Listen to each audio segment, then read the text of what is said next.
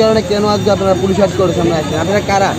আমরা আজকে সমস্ত ত্রিপুরা পুলিশের ক্যান্ডিডেট আমরা এক নম্বর হয়েছি হয়েছিলা এই ডিজিপি স্যারের কাছে একটা ডেপুটেশন দিতেছি যাতে আমরা হচ্ছে এই ত্রিপুরা পুলিশের যে প্রসেসটা সিলেকশন প্রসেস এটা খুবই ধীরগতিতে চলতেছে। কারণ কি এটার যে প্রথম নোটিফিকেশন এটা 2021-এর সেপ্টেম্বর মাসে আসছে। প্রথমে 500 পোস্ট আসছিল, তারপরে এটারে মানে বাড়াইছিলা এটারে 1000 করা হয়েছে। 2021-এর সেপ্টেম্বর মাসে প্রথম নোটিফিকেশন আছে, অপশনে 2024 চলতেছে। 2024-এর 3 মাস চলতেছে, এখনও কোনো মানে ইউই নেই।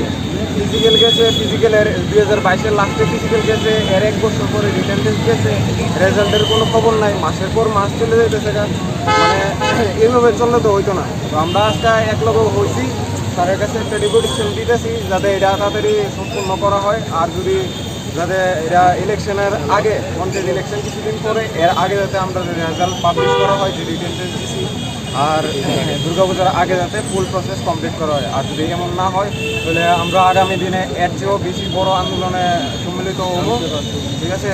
নাহলে কারণ কে সবাই যেন ভয় দিতে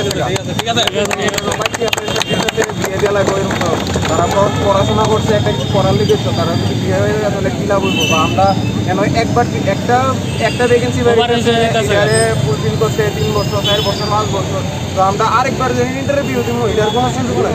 কিন্তু আমরা ত্রিপুরা পুলিশের তো এমন না, হেলথ পুলিশ আছে, ফায়ার সার্ভিস আছে, জিআরবিটি আছে, এরপরে 2019-এ লাস্ট টিএসআর আছে, মানে 2024 সালে টিএসআর কোনো পাত্রই নাই। এত দেরি হইলে কি হইব নি?